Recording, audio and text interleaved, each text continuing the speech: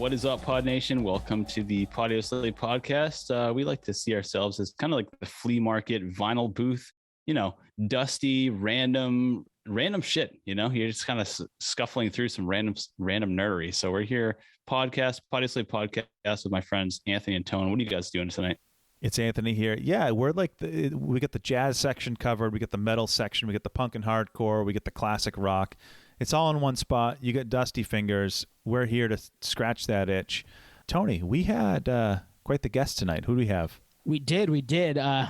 Going out of the double-digit episodes, number 99, with a bang, we had Benny Horowitz of the Low End Theory, and then the Gaslight Anthem, which you probably know from him being in that band, and also he's done some new stuff with Mercy Union, right? That's the new band he's in now. So he's a podcaster as well. His two podcasts are Going Off Track, and then he also has the Tune Up, which is a little more sports oriented. And we get into a little sports nerdery with him too, because he's an NBA head. He likes the Nets. We like the Celtics.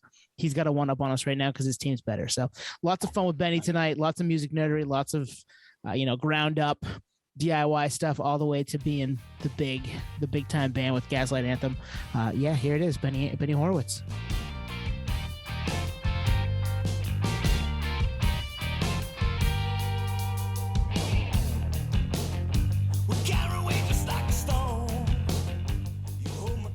Hey guys, if you like what you hear tonight, go back and check out some of our other interviews. We've had Frank Turner, who I think Benny had on as well on his Going Off Track podcast.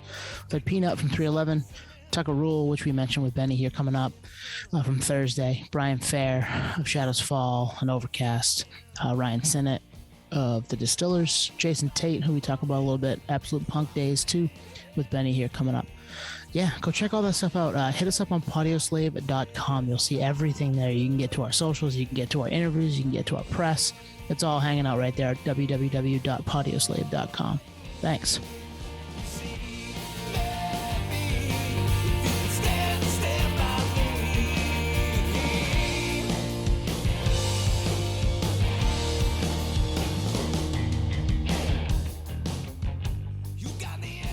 All right, Benny, thank you for coming on the podcast. We appreciate you spending your time with us. Pleasure. I'm currently Googling pizza places in Portland, Maine, trying to help you out, but yeah. I'll focus for now. So we're kind of blessed on this podcast because in the last month we've had two what I call New Jersey drumming royalty. We had Tucker Rule from Thursday on about a month ago. He would definitely be in that category. That's awesome. Would you put yourself in that category? No, I wouldn't. But if you would like to, I'm not going to argue with you. It's nice. I'm getting old. I'll take some accolades. Nice.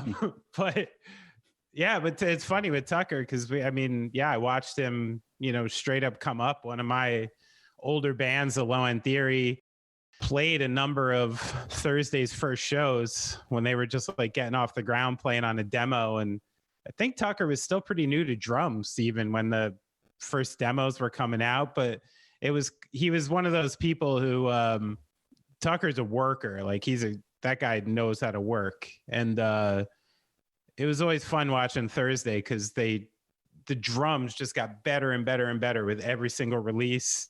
And then by like record number 3, Tucker's just like, wow, this guy's a total banger, and as good as anybody in the business, at this point. So yeah, it's nice.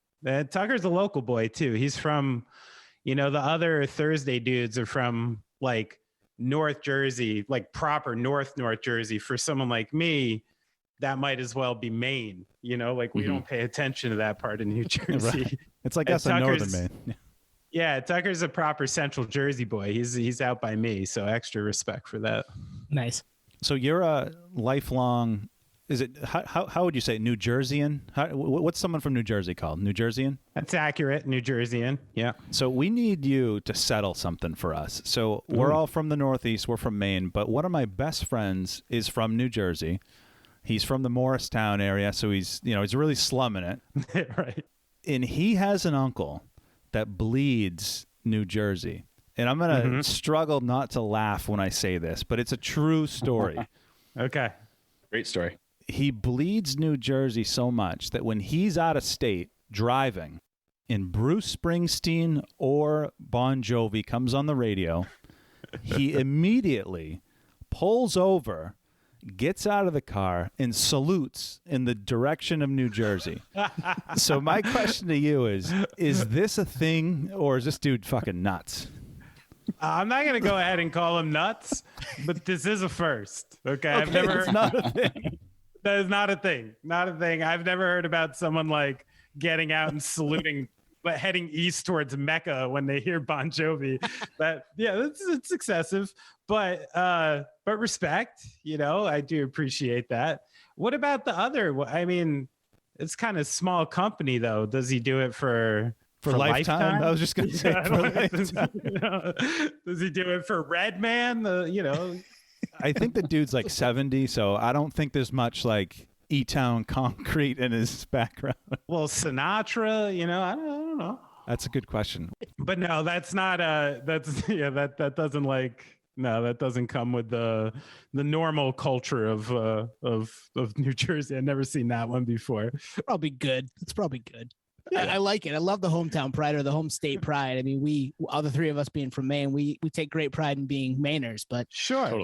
I'm not, every time I see an LL Bean boot, I'm not turning and saluting towards Maine. You know what I mean? Yeah. And I think too, I mean, I came up in the punk and hardcore scene.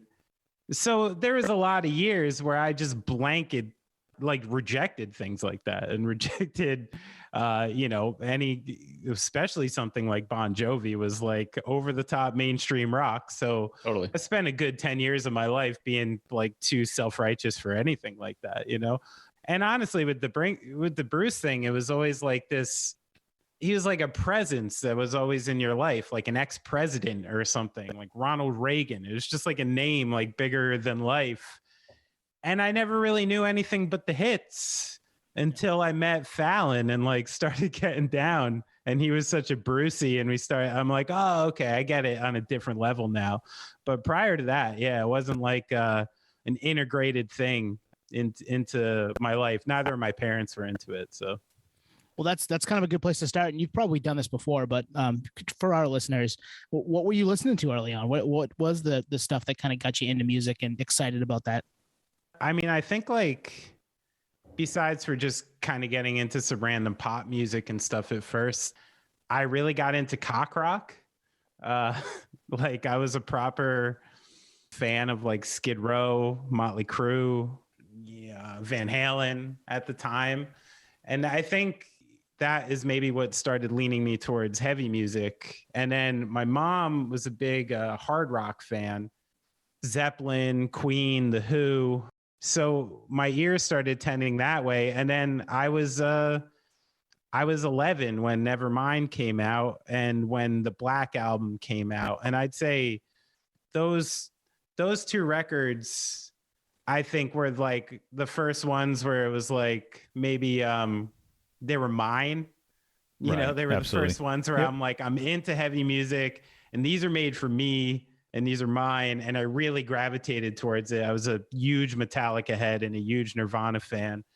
And then always the through line through all of that was always Led Zeppelin, who is still probably my favorite band now. Nice. And has lasted the test of time like that. But yeah, I think those were the early beginnings. And then I had one other influence, which was my father, who, he's born and raised in the Bronx and, teacher in Harlem. And he's actually a jazz flute player. Oh, wow. And was really heavy into jazz and then 60s soul and Motown and stuff like that. And so there was always that going on in his section of the house. So that was definitely an early influence too. Interesting. Yeah. To unpack it a little bit, there's a lot of bands you're mentioning, and I'm just thinking I'm almost trying to live it through your lens. You have your parents' music and then the music you came up with, we talk about it on here. The music we came up with is different from our parents. You kind of find that intersection, and that's your sweet spot. So we're right. 80s guys here. 90s was kind of our jam because we were born in the 80s. It's always a decade following. So that's right. With that said, was it that those are the bands that kind of got you to that crossroads? You're I think this is something I want to pursue as a career path. I wouldn't say that. No, I mean, no. The drums kind of came separately. They came a little before that. And I gravitated towards the drum set, and my mom was working a second job as a manicurist at night, and she had befriended like a couple of the women she worked with there, and I was already starting to gravitate towards music, and she brought me to meet up one of her friends in Somerville, and I walk into this room, and there's this giant drum set with like bunch of records behind it and stuff. And it turned out this woman's boyfriend, Tommy, was like a local rock drummer. And I was real stoked on it. Like I saw the kit and something like, you know, I gravitated towards it and I got to fuck around a little. And eventually we started going there like weekly for a while. And my mom would just chill in the kitchen and like drink tea and smoke cigarettes with her friend. And Tommy would like teach me random rock and roll songs. He wasn't trained. You know, I'm not really either. I can't really read. So he would just like play along to a song and have me sit down and attempt to play it and teach me some stuff. And that was like my introduction to drum set, was literally like via rock music, you know? And that's, I think, one of the reasons why I'm so happily pigeonholed as a player. Like I'm like very happily a rock and roll drummer, you know? And I think it's because like I learned how to play drums inside of like rock and roll songs. And even when I practice now, you know, like just as an example, I fell in love with the new Turnstile record, as you know, everyone in the world did. And the first thing I want to do is learn it on drums, you know? And like, nice. I know that whole record front to back on drums now, because I just was really enjoying it. And a fun way to play it for me is like to play it on drums. So I think, to answer the long question, I think that was like my connection into actually playing. And I certainly didn't see it as a career. I mean, like at that age, right? Yeah. And the scope, especially, you know, I started playing in these like punk bands and hardcore bands where like still at the time there was a pretty serious limit on what was even possible with music like that. You know, the level of success that you could achieve wasn't like financial or societal, you know what I mean? Right. Like it was like sick of it all. Like that was the apex of what you could possibly be. And I had no idea what it was like to be in sick of it all. So yeah. So actually at that time, I was much more focused on being a promoter. I had gotten into booking and promoting like punk and hardcore shows in Jersey. And if you asked me from like, you know, 13 to probably like 17, I would have told you I was going to be like a promoter and I wanted to like open a club in New Brunswick. Like, and a lot of the times, like my shows were just the vehicles to like get my bands on shows, you know? Nice. Of course. Yeah. And we've seen the flyers, like Brothers Keeper Despair at Manville Elks and all that. Oh yeah. And that was a good one. Heard you on other podcasts and stuff. Do you think that was like your formal introduction into the music industry, or do you think it more came from the creative side on the drum side? I think I got both, luckily, you know, like I did get that taste of like the business side and an artist like early on, where I learned there was a balance and like a give and take. And like, I maybe an example of that is like when I was heavily doing shows, of course, I get hit up a lot by bands who have nothing to offer me. You know what I mean? How are you getting hit up? Because this is 95. You're 15. Like, this is my mom's phone number. It was pasted on every one of those Manville Elks flyers you see. That 908 number was the number at my mom's apartment. I'm gonna prank call. Amazing. Yeah, and I wonder what would happen actually. And what was funny about that is like, you know, I would take these calls, and back in the early mid 90s, like those when long distance still costs a lot of fucking money. That's right. Oh my god. And I'm trying to call people like all over the country, and they're calling me back, and I got my ass fucking handed to me about a phone bill. I hadn't even realized I racked up like $100 or something, and it was bad. It was like the second coming.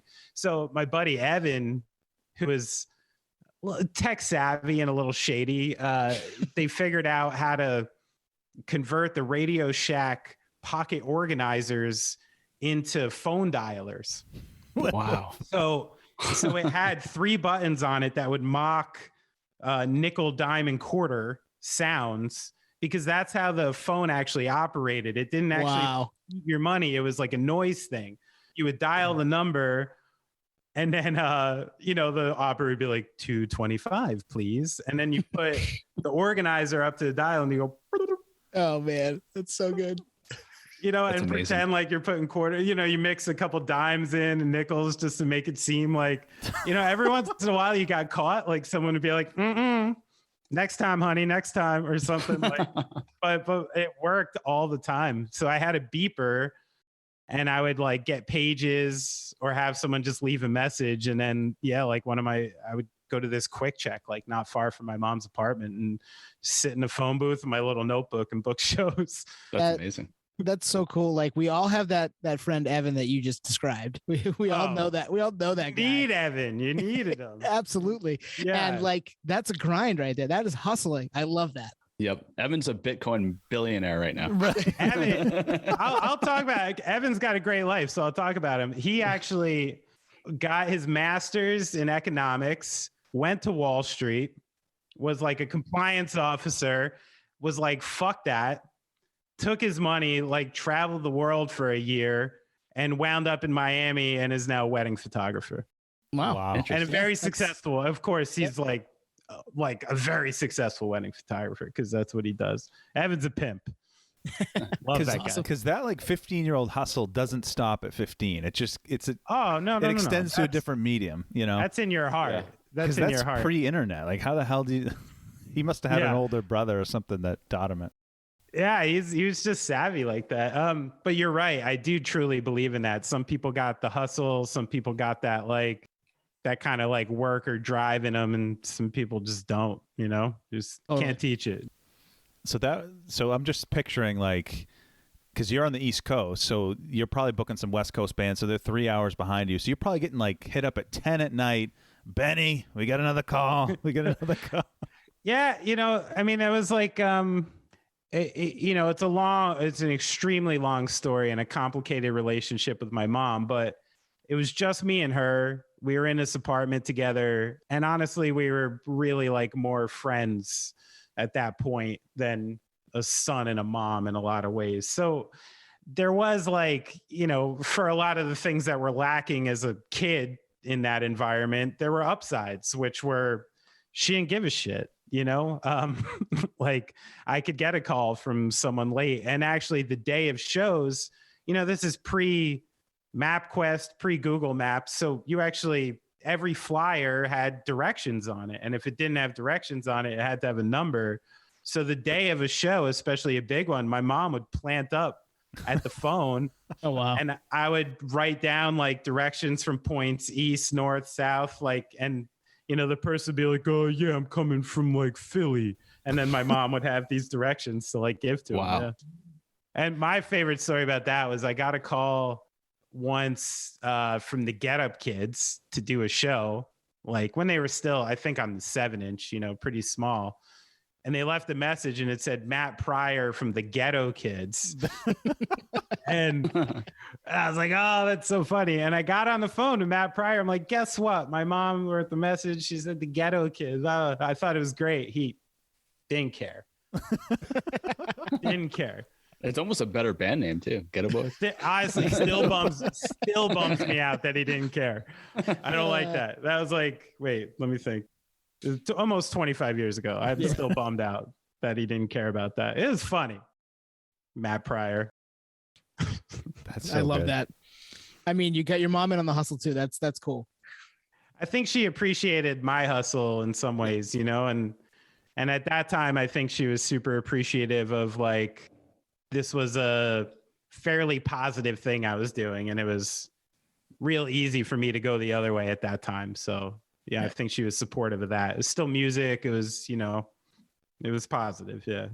Yeah. So that's the thing. Like you're putting these shows on, like you said, to obviously to hustle a little bit. You're into it. You liked it. You maybe thought you wanted to be a promoter, but you're also playing music and you're playing on these shows too. So that's got to be kind of how you got into doing that. But like, how did you weren't the Gaslight Anthem at first. A lot of the guys were together, but how did the Gaslight Anthem kind of come about?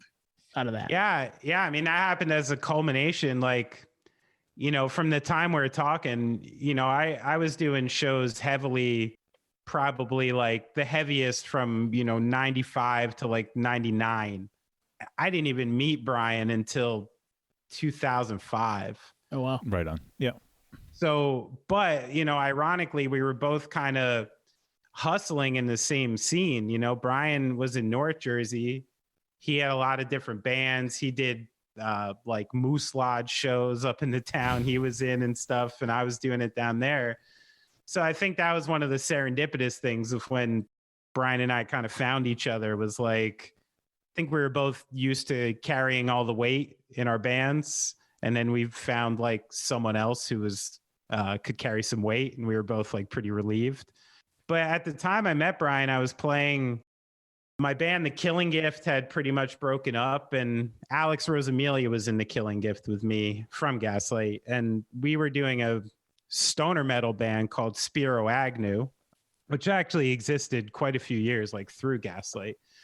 And then I was just doing some random other stuff. I was roadieing. I was like touring with other bands, trying out like basically anything that would get me on tour. I was kind of in like a little bit of like a last ditch effort part of my life to get something with music like serious and going, because I had a couple serious like teases that gave me like a taste of what it could be. And then, and then people would quit or a label would back out. And there was all these like, close but no cigar kind of situations. And so a mutual friend, Jay Small, and his wife at the time, Jane, were running a label called XOXO Records, who had signed Brian's band, This Charming Man. And I guess Brian had gone on tour with This Charming Man. It didn't go so well, and basically fired the whole band, brought in his brother-in-law, Alex, who was like 17 at the time, and then was kind of restarting the whole thing. And that's when Jay and Jane connected Brian and I, and he sent me, This Charming Man record, and we talked. And, I was still like more heavily into like pretty punk and hardcore stuff at the time. So, but one thing was becoming clear to me was, especially in my band, The Low End Theory, a lot of the reviews of that band and stuff, a lot of bands at the time, I guess it was, the music's great and the vocals are lacking, and at some point, and maybe this is where doing shows for a long time came in handy for me, just with the intuition, I guess, about the music business, was like, I knew like if I wanted to do this, I need someone who writes songs, like I was like, I'm a fucking drummer. I'm not Tommy Lee, you know what I mean? And even Tommy Lee needed Vince Neil to wear his fucking Speedos, like, like I knew I love rock and roll, and I knew the narrative, and I knew the narrative could not just be me, and I was actively looking for like people who were good and inspiring and could actually write songs. So Brian, like, it was almost like he like fell in my lap, which was crazy, and even though the music was maybe like too mid-tempo for me at the time, I was like, oh wow, like there's hooks in here, like there's like choruses, there's like real shit that none of my friends know how to write, and it drew me to it. So I just went and drove up to this rented house they had up in North Jersey, where like Brian and his wife and Alex and his family, everyone was living in the same house. And yeah, I went up there to practice. And it's funny to think now, I even left that first practice like, yeah, let me think about it. Oh, wow. And didn't even say yeah, like such a dick. And yeah, and then like I remember I was at it's a weird memory, I guess one of those flashbulb memories because it's an important moment. But Andy Diamond, who everybody met later on through the years via Gaslight, he's an old friend of mine from New Brunswick, and him and his boys used to do a kind of drunken yearly Labor Day softball game at Johnson Park in New Brunswick. And I remember I called Brian and said, yes, I'll be in the band at that drunken Labor Day softball game, Nice. where I think I was in an air cast. And Andy Diamond still gives me shit about missing this foul ball. He's like, I know you had a bum wheel, kid, but you should have gotten to that ball. You know, he still gives me grief about that. There's no way I could have got. I was playing third in that game. That's tough. Yeah. The hot corner, Ooh, man. the hot That's corner. tough. With an air cast. Gee, You know? you got to stick you at first base or right field. I was hitting dingers that day. This is all he remembers. He's like, I know you had a bad wheel, kid, but you should have gotten. But yeah, so that's how I started playing with Brian. And then it stayed this charming man for a while. And we had the old guitar player, Mike Volpe, and we went in to record the first record that was going to be on Eyeball Records. It was kind of like an updraft to Eyeball.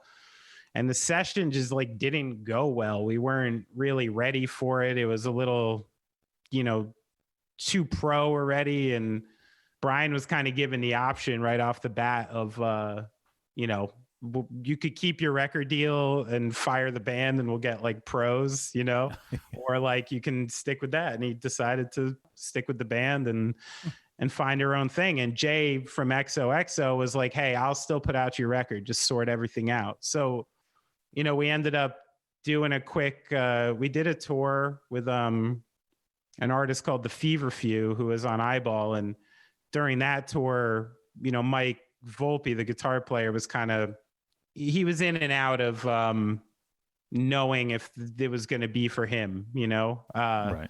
And kind of quickly, it seemed like that life wasn't for him, Mm-hmm. I don't know what he would say about that, but that was my perspective on it. And then we ended up, I was like, listen, I'm like, I know a dude who's like amazing at guitar and is just up for fucking anything.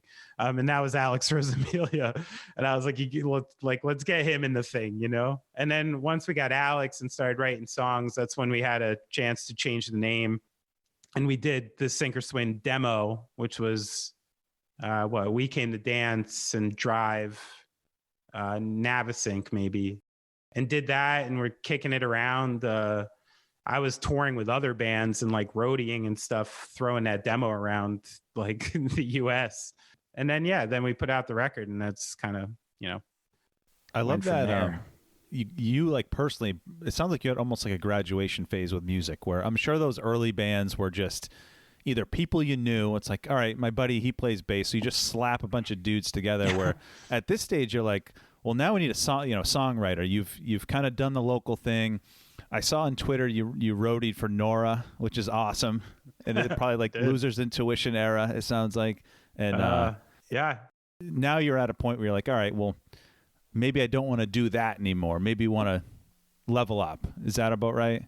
I mean, honestly, it was what was presented to me, like what was offered to me. It was, I think at the time, I don't know when that part of it happened, but it was, and I guess I know more about that about myself now than I did then. I think I was just cruising then. I was surviving. I was like, I didn't come from like through this whole period, I'm working full time. I'm like, I didn't live at home and I'm paying rent this whole time. And it's like, it was hard, like a lot of these years weren't easy trying to get by. So I think I really wanted to work hard and make myself necessary in the music business somehow, but I think at that time I'd already fell in love with creating songs and creating albums, which like now I realize like as I get older, like I really feel empty without that. Yeah. And I think the pandemic taught me that in a way too, like just the creation of songs and the finishing of songs and the tooling of them and recording and getting albums together and getting the flow together and just the artistry of the whole thing. I fucking love it. And that part of it, I think at some point I realized, even when I was starting Gaslight and stuff, I did realize at that time, if this works out, if this doesn't work out, I'm always going to play music and I'm always going to write records with people and I'm always going to be in a band. I just got to make the decision if I can do that for my life or not. Cause like my life was like getting fucking hard and I was having some other opportunities that I could have taken actually. Oh, wow. That I denied to like kind of do Gaslight. And, obviously panned out, luckily. Yeah. Yep. It's got crazy. made fun of for I got made fun of for it too. Then you did something right. Yeah. I mean, man, that's the ultimate context in terms of what it takes to get to that point. Like, okay, I've met the people I want to be in a band with. I found the people that are kind of supplementing my talent. Next we're a band and we've felt each other out. But at this point, like, we got to start playing shows. Like, this is where the magic happens. We got to start playing gigs. Was there like a anticipation for that first gig where it's like, shit, this is it. We got to make it work now. So we got to actually go out and perform. Right. Well, I think the world needs to hear this, right? The world. Yeah, this is legit. Yeah. Well, I think that's where the years really helped in two ways. The first was I had spent years and years and years like playing people my music and waiting like with bated breath for their reaction. You know what I mean? Like sitting on the edge of my, like watching people's face react to my music, yeah. And the one thing that was really clear, especially after we did the Sink or Swim demo, the reactions were different. It was like the first time I felt like people didn't want to just help like their friend Benny that they really liked. They like really liked it and were like genuinely excited about it in a different way.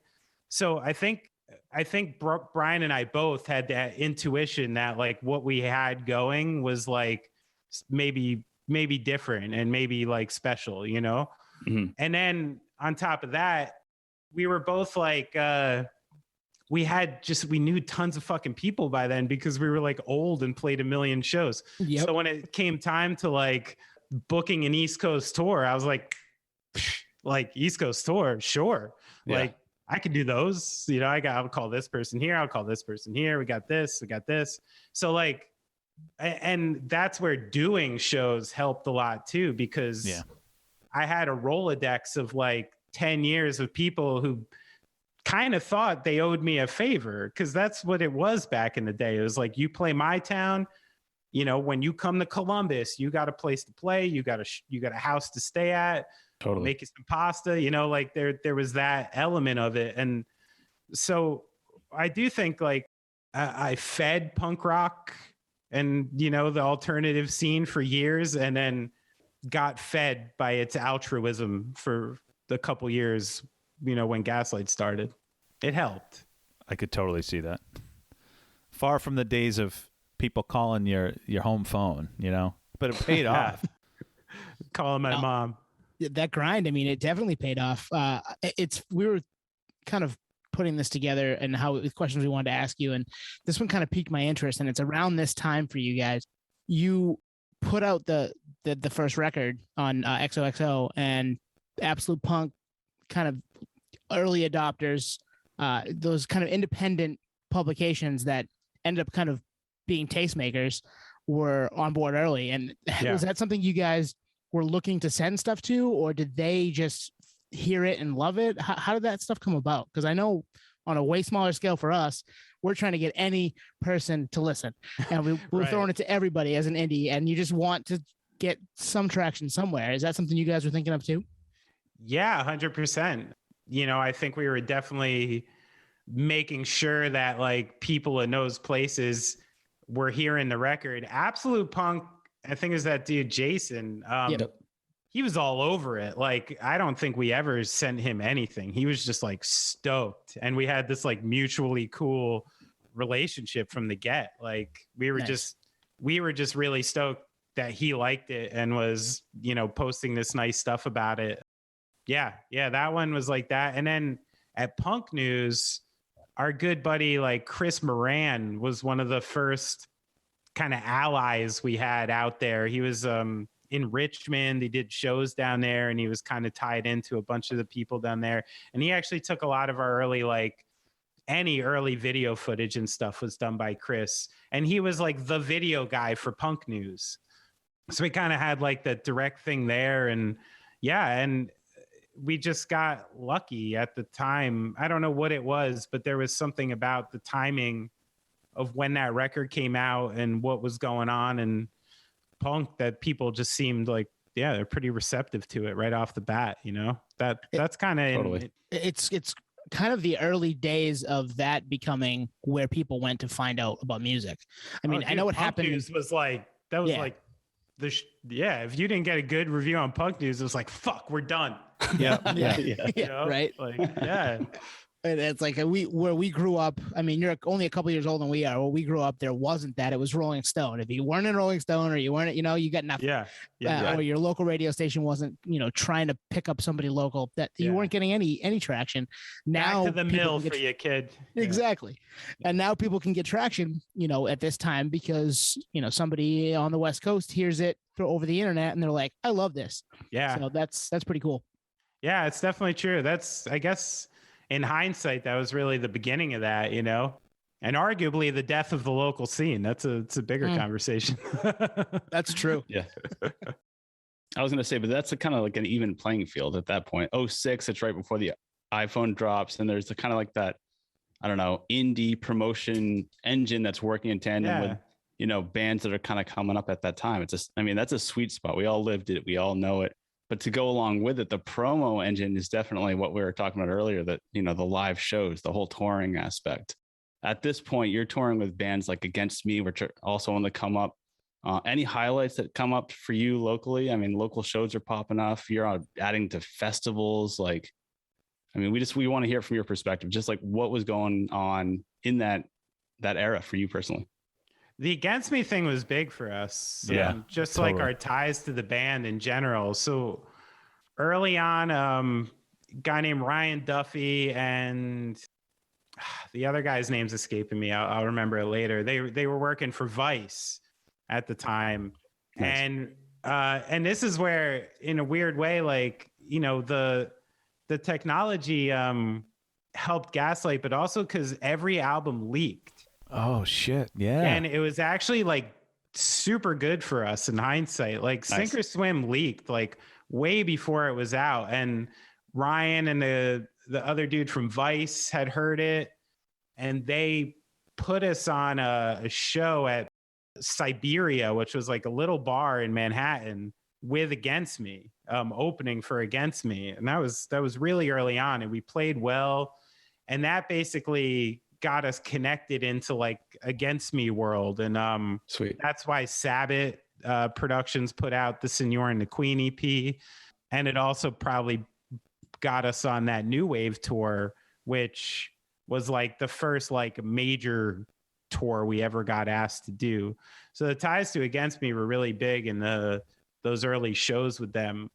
But if there's like a standout show, I mean, there was a bunch. Like that was the thing about, I mean, our scope early on was small. I mean, I know I've said this in other interviews, but Brian and I literally had like a pact with each other that if we sold 10,000 records, we were going to get throat tattoos. Wow. Well, I don't see a throat tattoo, but you definitely sold that many. In our estimation, like if you sold 10,000 records, like you were done, like you were a musician for life, like that. We really thought that. So every step of our like progression felt so fucking good. Like the first time, like people sung along at a local show, it felt that fucking good. Like the first time we sold like $100 in merch, it felt that fucking good, Yep. And there was all these like culminations, and every time it was like, I think, again, I know I've referenced it a bunch of times, but that's where I think all those years we had put in gave us perspective, where like we were out there grinding and doing the thing, but knew that like it was special and cool. But if I think there was one show, and I think you brought it up, Nate, was the Fest. I think that was the first time we were like, wait a minute, like this is getting crazy, because we had been playing small DIY shows like all around East Coast and Midwest. But, we weren't playing to more than, 20, 30, 40 people at any of these shows, really. And there were some kids who were stoked, but they weren't like big shows. And then I think at Fest was like the first time that like a bunch of these people like came together in one place. And like all these friends bands we knew, like the Riot Before and Fake Problems, were like all hanging out. And that show just like went off. And I think that was the first time where we like started maybe to imagine ourselves as being in like the next level, you know? I can see that. It's like doing a local farmer's market, and then you're doing a farmer's market in like a different state. You're like, oh shit, Yeah. we're legit. Oh, they love our honey. They love our salsa. Wow, we have something here. Fair trade rock and roll. Yeah. Nice. Is it hard to be, as an opener, to get excited about the show? Like, are you excited to be on the show, or you're like, we're still the opener. We get 6 songs, you know, is it?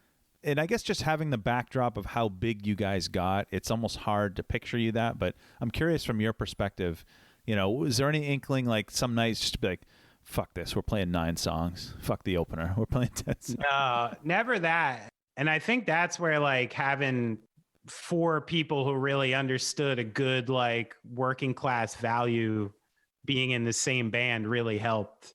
It's a fucking job. And we always saw it like that. And the people who are the headliners are hiring you to do something. Yeah. You know, and you're being hired to fill this amount of time, and like, and that's what you'll do. And you'll show up on time and you won't be a fucking pain in the ass. Like, that was important to us to be good workers, I guess, in that sense. But as far as playing, we were really competitive. Yeah. You know, like that's fueled a lot of it. Like, yeah, I respect Against Me. I respect Rise Against and all these bands, but I want to be fucking better than them. Right. You just answered a question I've wanted to ask every guest. Like, Yep. Are bands competitive? You know, Yeah. like, yeah. Yes, of course.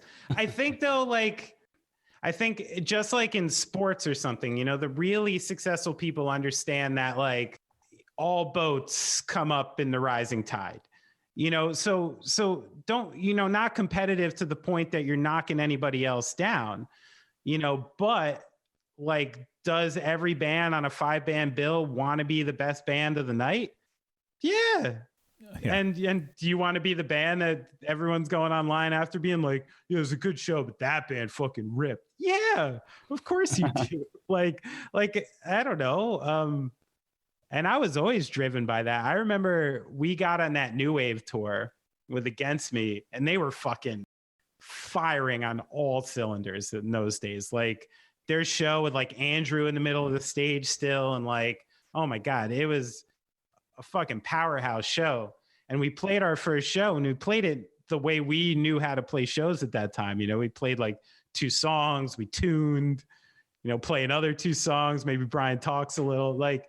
And then we watched the first night we saw Against Me play just, I think like 15, 16 songs without a stop. Wow. Like, Yeah. Damn. it's like roller coaster this show, and it's so intense. And we're like, oh, okay. Like, we got to be way better. And like, and we learned that, you know, you have 30 minutes before a show, shut the fuck up.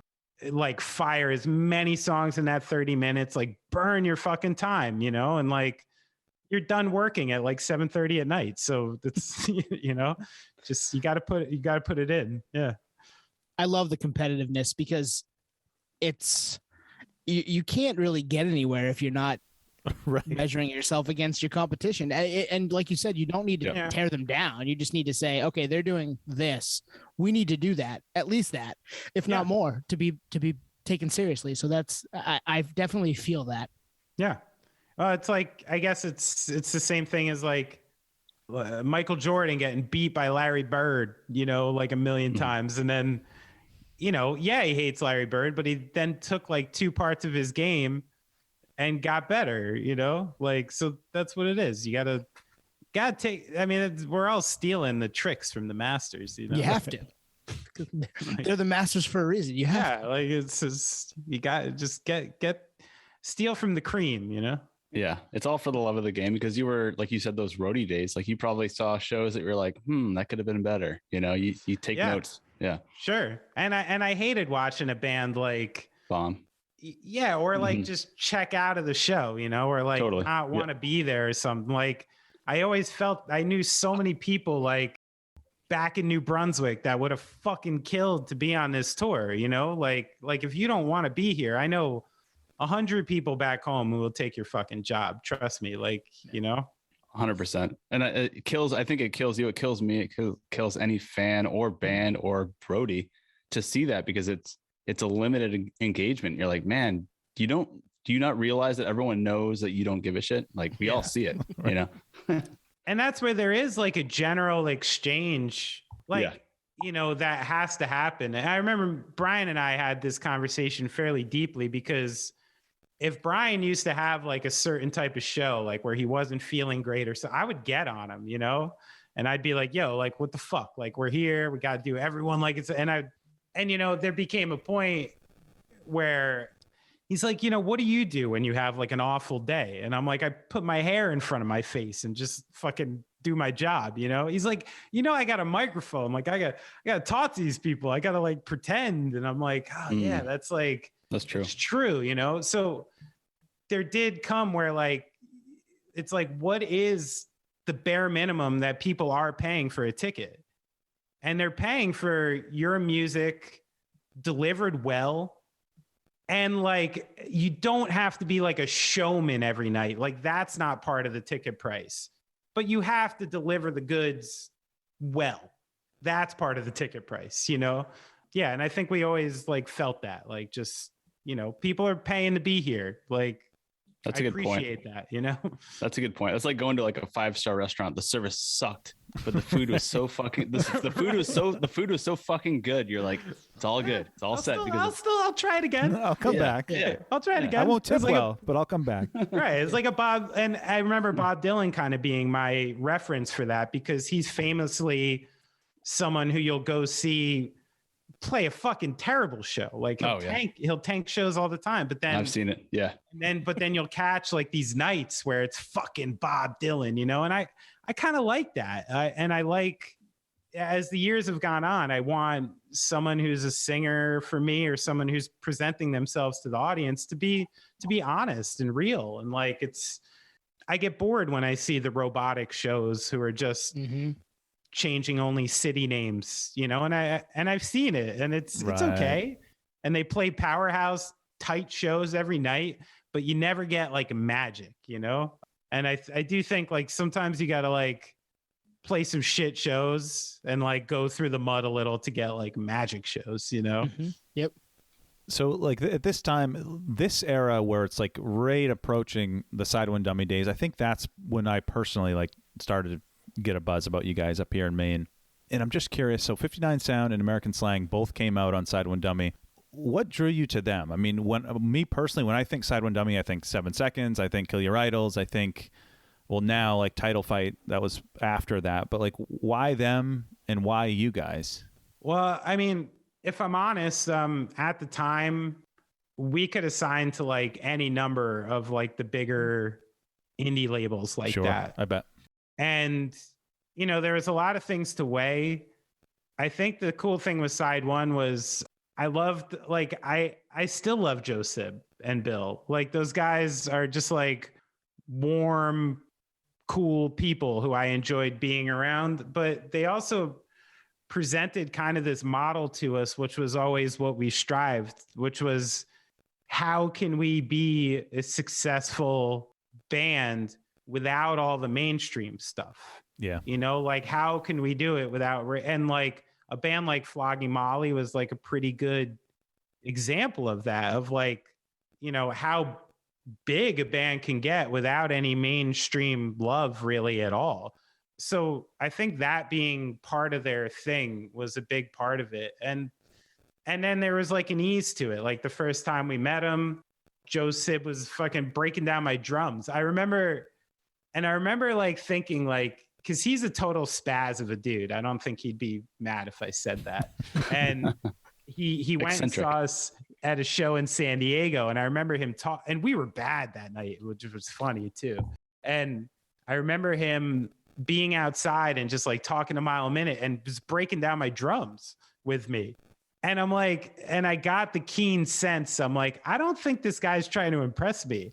I don't even think he knows he's breaking down drums right now. Like, you know, because he was just like hyped up. And, you know, we went to their office and there's just like tacos and I don't know, it's just mellow and it just felt right, you know? And they also had a very interesting model for Europe that none of the other labels had, where essentially all the other labels were trying to do like their record label in Europe and have this like broad European thing. Side One Dummy had this method of licensing the record to each individual country.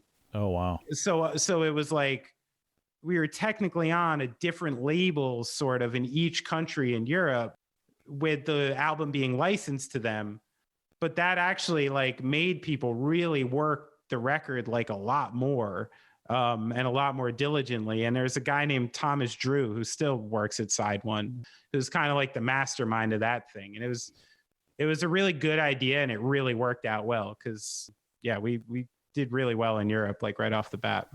I mean, you're not kidding about Flogging Molly. They played Maine a couple summers ago, I think, to gigantic several thousand people, when there are bigger bands that don't pull those numbers up here. I know. I wish Brian played the Irish card more, you know? Right. Yeah, I was going to say, when you mentioned Flogging Molly, I'm like, there's a connection, the connotation to the Irish culture. Like, there's a turnout no matter what. No matter what. I know. Yeah. I know. And they're such a great band, and not like broy and jockey like a fucking St. Patty's Day parade at all, you know? Right. Mm-hmm. But if Brian fucking wore a green shirt every once in a while, It wouldn't hurt. Right? I'm just saying, open up another demo there, you know? Love it. I don't want to play St. Patty's Day parade. So, No. rough. For the rest of eternity. Yeah. Not in my 40s. Playing those or getting the Side One Dummy stuff, hearing that the record is licensed to different labels in Europe. We've kind of like talked about that in other capacities, I think, with merch and stuff before, but never heard about it with records. And I mean, obviously that's probably where it started, and that makes so much sense to me. And it does kind of fit like, okay, now this one label is, you know, really hitting the road for us in Ireland, and this one label is really hitting the road for us in Germany. And that's kind of cool to like, they're like, if they like the record, you're gonna have all these different people working for you that aren't just one label. That's pretty cool. Yeah. I mean, I think so much of that relationship is like finding people who do have just like a personal stake and a personal investment in what you're doing, you know? Yeah, it's so important when you have, because, you know, these labels all have PR people and all these people like making calls on your behalf. And it's pretty obvious when someone's really stoked about something or is just giving you the rundown, you know? Mm-hmm. Yep. Absolutely. Yeah, there's like you said, the personal connection. Like I always compare it to like wine and spirits. Like you have like the macro, like huge distributors, then you have the ankle biters. But the ankle biters, no one really knows this, but the fringe benefit is the fact that like people actually care. Like they're there, like they're Right. actual fans. They buy the product out of pocket. So, Yeah. you know, with that said, like this is definitely like a turning point for the band. Like a lot of things are changing. You're seeing yourself in press, which, you know, roadie days, you're like, man, I never thought it'd be in a magazine, right? Yeah. More people coming out to the shows and whatnot, starting to headline shows. Is this just like a crazy vortex for you at this moment? Yeah, I mean, I think it is. I mean, because a lot of those years, I mean, we were really like touring like 8-9 months out of the year, like just tour to tour to tour. And like, so to say I really had like my head on straight and was grasping every detail at the time. I mean, even, you know, there was a 2-year span in here where I didn't even I was homeless because I didn't keep a place at home because I was gone so much, and I would sleep in like a motel when I was back. And so it was like, yeah, it was kind of like a tornado. And I do think, you know, one thing Gaslight was always had, which, you know, maybe is an emotional deficiency, but a professional good thing, is that we like really were never impressed with anything. And, you know, we were never like getting off stage and be like, yo, fuck yeah, that was a ripper, bro. Or, Yeah. or like, yo, this fucking record's gonna smoke. Like, it's never about that. We like never rested on our laurels. And, you know, honestly, before a record was even pressed, we were usually already thinking like, all right, that one's done. Like, it's fine. Like, what are we doing next? You know, and I do think it really helped Gaslight because we had such a prolific like 8 years there where it was just like boom, boom, where we were really, and I'm glad we did because, when bands find that sweet spot, they should put out as much as possible in that time when it's riding like that. But if there's one regret I have about that time, it was just like not keeping my eyes down enough. Like my eyes were just forward all the time, like what's next? What do we got to take care of? What's, it was always like, I don't know. I don't know if I was always enjoying moments, Like, I mean, you hear we're Patriots fans up here in the Northeast. You always heard that from Belichick. It's like, all right, cool, we won today, but on to the next one. Like, as a Giants fan, I'm the only person who can big time you and all. Yes, and we've had other Giants fans on this podcast, and they've big timed us as well. And I got no leg to stand on, man. You got us twice. So were you rooting for the Bucs this weekend? You must have been, right? Yeah, kind of. I mean, you're all Tom Brady sycophants. I wasn't for gambling reasons, but yeah. I see. Right. I see. Gotcha. But, allegedly. Is it Leland Maine now? No, not yet. Yeah. Wouldn't mind him getting to 8, obviously, just because it looks good for GOAT status. But I was so happy to potentially watch Tom Brady and Aaron Rodgers retire in the same like 24 hours. They still may. Right? I know. I'm hoping. I was like, did I just get to watch that? Thank goodness. Oh man, but the total sports tangent. But how about the Chiefs Bills game? Oh man, that was insane. We're going off track here, Benny. We are. Come on, get me back, boys.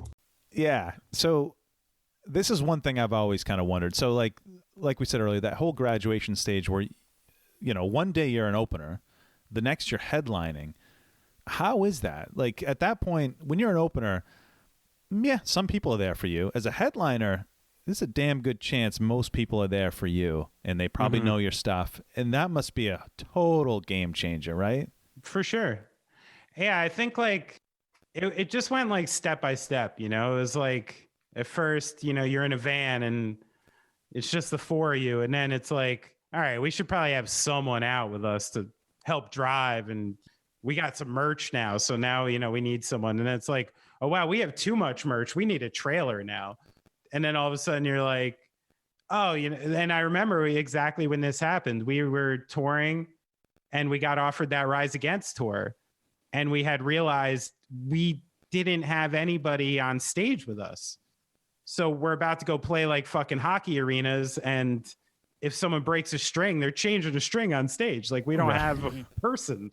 And we're like, oh, we probably need a person, and like, so it just kind of went like step by step like that. It's really, you fill it in by necessity, when the stage gets bigger, you do what you got to do. And the room gets bigger, you do what you got to do. And you adjust the set and you kind of just keep figuring it out. So it was like kind of I think by the time we were playing like the full headlining shows, it had gone in such a progression that I think we were like fairly ready for it. Yeah, and you weren't industry plants. Like you paid your dues. Like this is an organic progression where definitely. It could go a different direction if you were a product of the label. That's right. And and that's where, I mean, you have, that's when you get leverage in this business is when you create your own fans. And then people are after you and your fans and you don't need them for that. So I think that's, I know it's easier said than done, but it's definitely a good thing to have in your pocket if you're moving forward in the business. Like you should rely on people who care about your band way more than you should rely on those outside forces. That is the statement of the night right there. I love that. That will stick with me. Yep. Man, the way you're describing it, it reminds me of one of my favorite personal bands. Talk about it on here all the time is Pearl Jam.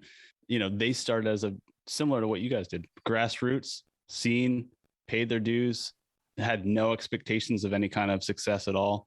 The documentary PJ20 has Eddie interviewed. He talks specifically of, we got so big, we didn't see this coming. We'd play festivals in Europe, but we'd go back to the States and play clubs. Like it is just it was a weird dynamic to do the, Rock in Rio or a reading festival and come back to the States and play Access in Boston. But with that said, he's playing the Sheds now when they go on tour. It's 2022 now. He still says that he'll play songs that he knows that, you know, the mass audience wants to see, but he knows deep down that there's Pearl Jam fans that have been there since 91. So he'll choose certain deep cuts that, you know, maybe 75% of the crowd doesn't know they're just there for the name brand Pearl Jam. Right. And cater to that, you know, niche crowd that's there for Red, Yellow, and Black, just very specific songs. Is that something that, you know, you guys kind of implemented into your set, kind of going through this crescendo of like, okay, like we're actually, people are here for us now. This is cool. Yeah, for sure. I mean, I think we tried to not play 59 sound, I think once. Yeah. And pissed off a lot of people. Yeah.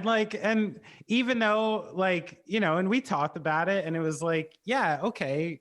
Yeah, we're a little tired of playing the 59 sound. We got to play the 59 sound. Like, and it's for the same reason we talked about earlier is people paid for a ticket to see the show and they want to see the songs that they love the most. And I know it takes like, sometimes when you're young or like too full of yourself or too full of the situation, you forget that you're like, you need those fucking people out there to do what you do. And if you just want to go out there and play everything you want to play, you're going to disappoint a lot of people. And that's not what a show is about. You know, like a show is about this give and take between the two sides. So I think what Eddie Vedder said is right. It's like you got to play some of the mainstays and maybe you can figure out ways to do it that are a little more interesting and try them in different approaches or something. Like I noticed, you know, when we covered State of Love and Trust, any live version of State of Love and Trust is so fucking fast. It's like twice the speed of the cover. Super and fast. I had to make a choice when we covered it. I'm like, yo, I'm going closer to singles than their live version because that is a ripper and I want to like savor the song a little bit. So right. I think that's what it's about. But I mean, all in all, I think you got to create this balance of everyone having fun because it's like mutually beneficial. You know, if you're excited about the music and the songs, it's better for the audience. And if the audience is excited, it's obviously way better for you. But I think that does take some time to figure out, like, not only how to construct sets like that, but also you kind of got to do like some weird version of like market research. Like you got to play a song for like 2 weeks and see if anyone gives a fuck about it and what the reaction is like. And then that dictates what that song is like moving forward. I think that's why when bands put out new records, why some of the sets are sometimes kind of awkward because you almost have to relearn how to play a song after you record an album. Like when you finish the album version, it sits there. It usually got done like 3, 4, 5, 6 months ago, you know, and maybe you did some stuff in the studio that wasn't quite like you were doing. So when you start coming back out with it, some songs present better live than you thought they would. Some present worse for whatever reason. Like a song you would think is just going to ring with the crowd is just doing nothing. You don't really know why. So yeah, I think you need that time too. And that's where Pearl Jam's got a lot of market research. They, you know, I'm sure Eddie knows just what to pull out of his pocket to get whatever audience going, you know? I saw Snoop Dogg do that once. It was one of the most impressive things I've seen in a music festival. Snoop Dogg was we were playing a giant festival in Belgium. And inexplicably, Snoop Dogg was about to go on at like 12:30 in the afternoon. And it was because he took 2 festivals in a day to just get paid. So he was doing this 12:30 in Belgium and then going for like a headliner in France or something, which was awesome to begin with. And, you know, but he pulled out all the stuff. There's like 20 people on stage. There's the blunt man. There's the old man just dancing, doing backups. Like it was a total scene. But you know, it's Belgium at 12:30 in the afternoon. You can imagine it's like a sea of undrunk white people, you know, like, so even though they're having fun, it's not really. And I was watching side stage and I saw Snoop like come over to the side. He talked to someone, he talked to like a DJ. And 10 seconds later, fucking Jump Around by House of Pain comes on. And for like a minute, Snoop just like dances around the Jump Around. crowd starts going ape shit because I guess that's like undrunk white people catnip. And and then all of a sudden the show was like lit. And I was like, oh my God, Snoop Dogg, the fucking puppet master. He's a genius. He just knew. He knew what song to play. Just what to do. And so I think you get savvy, you know, they get savvy over the years. Or like in Gaslight's case, we covered this one Stone Temple Pilots song once, and we knew it was a reach because it was like one of the pop Stone Temple Pilots songs. But we love this song. Everyone hears this song on the radio. They'll love it. It fucking bombed. Like, Really? Oh. Wow. And even though we enjoyed playing it, we're like, all right, out of the rotation, you know? Yeah. Unbelievable. Oh man, it's so cool to hear it from your perspective, because us as fans, I'm like, well, for me personally, when we were talking about Pearl Jam, like I would just play all the deepest cuts possible. But to your point, it doesn't transcend that way live. Yeah. Always. It just doesn't always work. It's just not the case. Yeah. Yeah. It's not reality. And bands who do that usually suffer, I think, honestly. Yeah. It's not Fugazi. You can't just be Fugazi. Right. Fugazi can be Fugazi. Yeah. I mean, on a super small scale, even this podcast, like if we know that if we talk about Tool, everyone's going to love it. But if we did a Dead Guy episode, it just, no one would, our audience wouldn't give a fuck. You know what I mean? Yeah. You just got to. You got to pepper it in. Yeah. Right. Right. Exactly. Right. Find the bits and pieces to put in, but don't do a whole hour and a half on it. I got to do that on my podcast too. I get it. Yeah. Yeah. We get a couple questions about that too. That notion of like balance, that's a perfect segue into major label signing. So like the Mercury Island days, to sign with a major, you know, kind of having your roots, like there's a delicate dance you got to do, right? I mean, there's, you know, you don't want to come across as sellouts. You know, Dan Ozzie did that whole book recently talking about it. Good book. I read it. Yeah. How did you approach that? And how did Mercury come into play? Oh, there it is. Tone's holding it up. Nice. Yeah. So we were getting like kind of those people fishing around pretty much immediately after 59 Sound came out.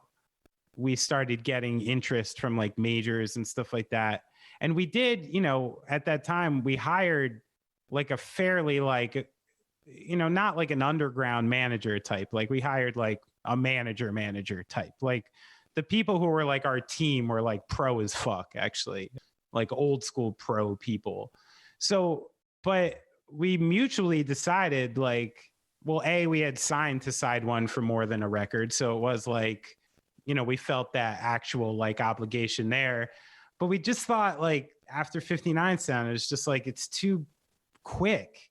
Like we didn't like the jump yet. Like something about it just felt murky. And like we wanted to do one more on Side One and really build like our thing just so it was so strong that we could do whatever the fuck we wanted kind of. And it sort of worked because after American Slang, like just like the position we were in with Sink or Swim, we kind of had our fill of the majors. Like we could have gone to a bunch of them and we did the whole thing. We took the meetings, we did the rounds, like all the annoying shit like you see in movies, like the showcase. Yeah. I mean, really like some were good, some were like horrendously tacky and weird where like people lost us within 30 seconds sometimes. And we kind of had a reputation even like in these meetings, apparently. Like I never knew, but apparently we were known in the business as like surly punks because like, I don't know, we were like straight shooters in meetings or something. And I don't really know why that happened.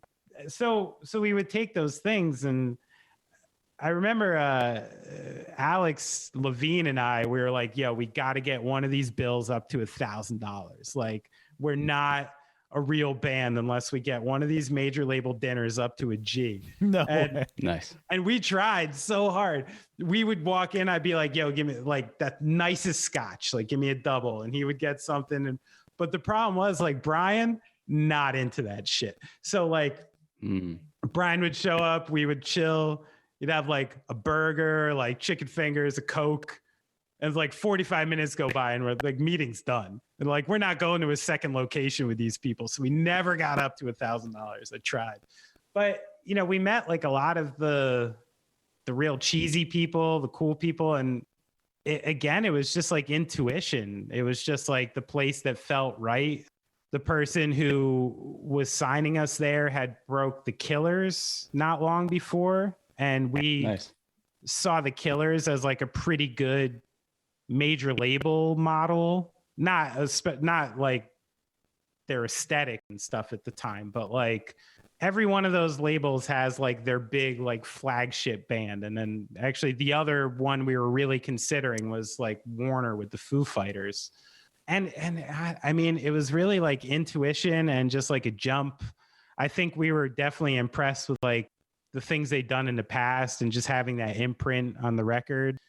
But I would like to say it was some like match made in heaven type of scenario, but it was really just like taking a bunch of meetings and kind of being like, all right, that one feels the best, I think. Kind of like Side One Dummy, it sounds like, you know? Yeah.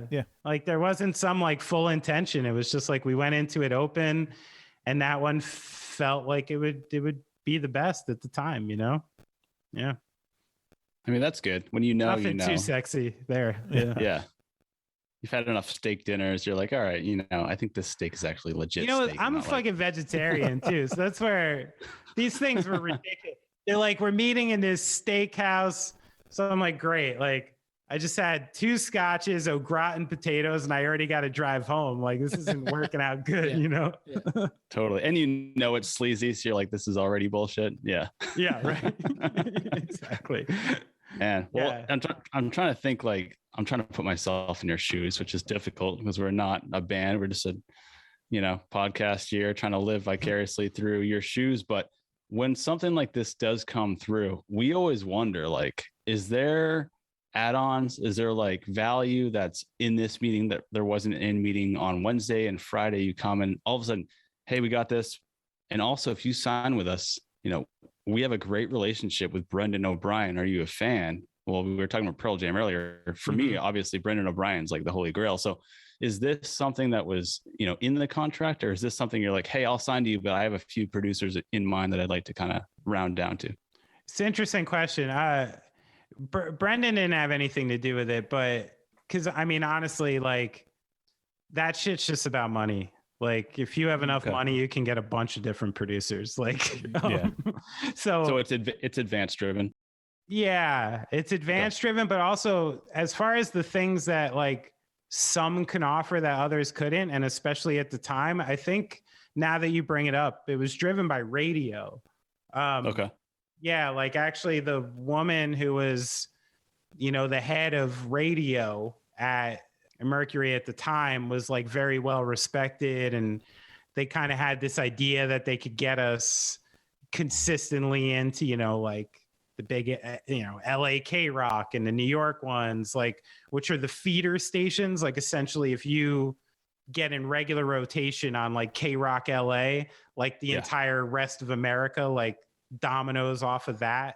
So I can see that. So these people do really crazy shit to get, I mean, they go and wine and dine like radio people. Like they'll go to the office with like gifts and food and like all this shit and like play him this song and try to get him worked up. Like it's a fucking thing. Like all day. I've been in those dinners, so I know we've been to a few of them, Nate, haven't we? Yeah. Oh yeah. So I've seen it first. We've seen it first. Yeah. So that shit's kind of dirty and ugly, and this side of the business that like you don't want to do yourself, you know, like, and you want a shark to talk to the sharks. And I think that was part of it. And something else, I mean, there was another thing where it was like, as far as the scruples went of signing to a major label, which there were many, especially for me, like the one thing that happened was we were playing these shows and these festivals, and I started like looking out and seeing that like I'm being paid by like Jägermeister or Budweiser or like these giant sponsors of these things. And I had almost realized like, it's like, fuck, like I'm in this thing already. Like I didn't really know I was, and I didn't ask to be, and it grew. And before you know it, you're playing, you know, Live Nation gigs, and you're playing these things that like, you're like, fuck, I'm in the corporate monster like already. Like I didn't even know I was there. And there was part of it, and part of my logic then was like, yo, like that means like they're taken from us. So that means like we got to fucking get ours. Like, Right. Like we're Totally. here. So like we got to get some of this, you know, like, cause if we don't, this schmuck who makes like $400,000 a year to like yank off your record to radio is going to get all of it. So I'll take some, you know, like. It's funny you say that, Benny, because I'm going to kind of bring this full circle. Coming up the way you did, being like the one-man show at the Manville Elks, like being street smart, you could recognize that. Where if you're at some other band from Maine who has no street smarts, has no experience, they're not going to see that. They're not going to see like, you know, if they're eating, we need to eat. So I feel like, Right. Did that upbringing kind of like, could you see bullshit as a result of your upbringing, you think? Yeah. In booking the shows and booking the whole picture. Sure. Yeah. Yeah. I think just in general, and it wasn't just me. Like, yeah, I think me and the guys had intuition about stuff like that, you know? Yeah, for sure. I think that's a yes. Yeah, you weren't just, again, industry plant. You weren't just, we're gonna put you guys on. We're gonna sell you to everybody. No, Nah. you've lived it. You've been up. You know- you've been in the small venues. Yep. You know what I used to bring up all the time was when I heard the story that Wu-Tang, when they like split off to each do their solo records, they all went to different labels to make sure that the Wu-Tang enterprise Wow. was like encompassing the industry and shit. And I always thought of like people like that, you know, it's like, I'm not meant to be here, you know? So like, fuck it. Like I'm going to take from these people while I am, you know? I mean, we could go on about that side of it for a while. I know Nate, having formerly worked at a major or interned at a major, his wheels are spinning, but we're gonna cut him off. Yeah. Nate would like to go for Nate another hour wants and a to half. dig. Nate But it's only 7:30 Nate's time. So Yeah, right. Oh yeah. All right, so you've done you signed with Mercury, and then the Island record comes out, Get Hurt, which is amazing record. We did a Perfect Songs episode a few weeks ago, and the title track was one of my picks. Great. Oh, really? Yeah, Oh, great thanks. song. Appreciate that. But you know, we won't get into the details of you guys, you know, kind of going on a hiatus or taking a break. But now you're in kind of a full circle moment. You're in Mercy Union. You know, do you think all that, like the last hour and a half, kind of prepared you for this, to see the good and the bad of indie, major, DIY? Because you've done and seen it all. It's cool. It is cool going through this because I don't think of things like chronologically, you know, and I don't see things on like a broad scale sometimes. So it is cool to, when you wrap it up like this, things make like a little more sense about your decisions, and, you know, but things will probably also, I'll think later in life, I'll be like, oh yeah, that guy was a fucking prick. That's why I didn't sign with that label. Or like, so, you know, there were probably details in the pudding there, you know? we got a couple lightning rounds. They don't necessarily fit in the chronological, you know, this is your life part of the interview. Sure. So first off, this is obviously topical with all that's gone on in the music industry the last week or so, but were you guys asked to be on the When We Were Young festival? If we were, the offer didn't cross my desk. Right, fair enough. So yeah, there's a chance. Yeah. I mean, it seems like they just put out like a blanket, Right. like a mass email to like a band group list. Just like, you guys want to play? Yeah, for 3 minutes and then you're done. Yeah. I don't know. Did you see that tweet the Riot Fest put out about it? And they're like, if your show is only one day long, it's a concert, not a festival. True. Yeah. I was like, oh, throwing smoke, Riot Fest. All right. Although they just added a third day today. Yeah. Oh, they did. Yeah. Same lineup I don't every know. day. So I don't know how that's going to work. Yeah, that doesn't make any sense. Hope those kids have fun out there in Vegas. I Yeah, bet the right? casinos are gonna fucking make a killing because Oh yeah. for some reason I just assume like Paramore fans are like not savvy gamblers, you know? They may not be. Yeah, they may not be. Yeah, I don't think so. I think we got a lot of slot players, let's just say, coming. Penny slots. Yeah, a lot Oh, of pennies. Mandalay Bay just licking their chops right now. Right. Bring on the emo kids. You're gonna buy all our hairspray and feed us with slots. Yeah. So we had to ask that one. Yeah. Yeah. So Benny, we're obviously big Celtics fans coming from the Northeast. We know you're a Nets fan. Yeah. How do you come to terms with the fact that the Nets will come up short this year? And it's Kyrie's fault. Like, how do you sleep at night? How do you sleep at night? Strange question. I know how you Boston fans feel about Kyrie, and I don't necessarily blame you. I mean, got up in front of the arena, said I'm like a Celtic forever, and then left 4 months later? Yep. And he's burning sage. And he checked out too. That was the other piece. See, this is where I'm torn about Kyrie, and maybe you can let go of your Celtics thing for a second to see it the way I see it, which is, as a lifelong punk rocker, I do enjoy shit stirs. Mm-hmm. And like back in the day, I was like, I don't think Kyrie Irving thinks the earth is flat. Right. I was like, I think he's kind of fucking with people. I think he's like enjoying this. I think he likes knocking people off kilter a little. And I kind of like that. I also like the idea of an athlete being like, you know what? I'll take it tonight off. Yeah. Like that kind of makes me laugh too. And I think it's sort of funny. But that's also because I'm way less invested in like fanhood than I used to be. Sure. And if you asked me that like 10 years ago, I would have been like, fucking bum, doesn't deserve his paycheck. Get him the fuck out of here. I would have sounded like Sal from Staten Island on The Fan. But yeah, I try to be a little cooler about it. But to your point, you know, Kyrie's antics very well might curb the Nets' chances to win this year. Like, it's just real. If they play the Knicks in a playoff series, he will not be playing at all. If he plays the Raptors in the playoff series, he will not be playing at all. The way the beard looks, you know, at times, like, I think it's troubling. But the one thing is that I don't see anyone else really popping out in the East there that's taking them, and it's certainly not the Celtics. I've been seeing it's not the Celtics. About you know what, Enos Freedom isn't going to carry us to the promised land. If you're given, if I'm seeing 20 plus minutes of Romeo Langford at night, it's not happening, boys. It's not happening, boys.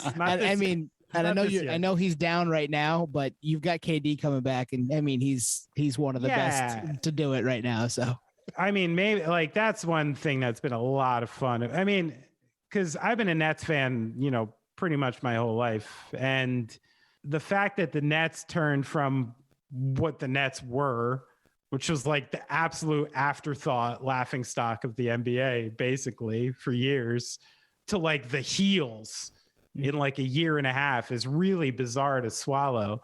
But if there's anything I've really loved about it, I mean, I've never, you know, I'm a season ticket holder. I've never gotten to watch a basketball player on a night in and night out basis like Kevin Durant. And it's a fucking joy, like an absolute pleasure, you know, like just watching that guy work is amazing. It really is.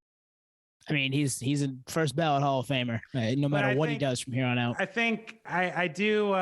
If all stands as it is, I kind of do like the Bucks coming out of the East still. You know, they're a real strong team. If they're healthy, I kind of like the Bucks coming out of the East. Yeah. And they've done it. Did it last year. Yeah. They had everything break right for them, and KD's toe was a little too long, but they did it. Just an eighth of an inch. Eighth of an inch. Paul Millsap, we might pick up that scrap heap actually in Boston. That could happen. Yeah. He could give a team like 8 to 10 functional minutes a night. Can't be any worse than Joe Johnson. So he's not kicking around too smooth these days. Yeah. This is a tweener year for the Celtics anyway. That next year is going to be the year. I feel it. Why? What's happening next year? It's just the same. I don't know. I'm hoping. Tone's got a feeling. It's the same team with another draft pick in the 20s. I don't know. Maybe a trade. I don't know, man. Peyton Pritchard in a contract year. No. Yeah, I don't know. I don't know about that. You got me. Sun's not shining too bright. We'll see. Yeah, I'm just gonna clutch 08 because that was the one I remembered. It happened. I mean, they won in '86 too, but I was 2. So listen, you know what I believe in these days? I am a Nets fan, but I'm a basketball fan. So it's just like when the time comes, I hope you can enjoy the playoffs, enjoy some beautiful basketball while not being in it. Got me. Yep. Sorry, that question started with a burn. I had to finish it. Absolutely. I appreciate the burn. We baited that. We deserve that. Benny, we got one more. I think that's probably. I don't know. I don't want to keep you, Benny. I mean, Nate wants a 2-hour special so bad. I love the long form. Nate doesn't edit the podcast. So. Well, with that said, I got one more. Oh, do you? We're all You doing it? because You doing all of it us, anyway? all four of us got podcasts here, right? Fair So we're all kind That's of true. in That's it to win it. Trying to figure it out in real time. Drink. It's an inside joke there, but regardless, we're all podcasters here. We just wonder, like, you got your listenership and guests, like, any advice for us personally? I know, like, you've been kind of going at it for quite a while. Oh, and doing a podcast? Yeah.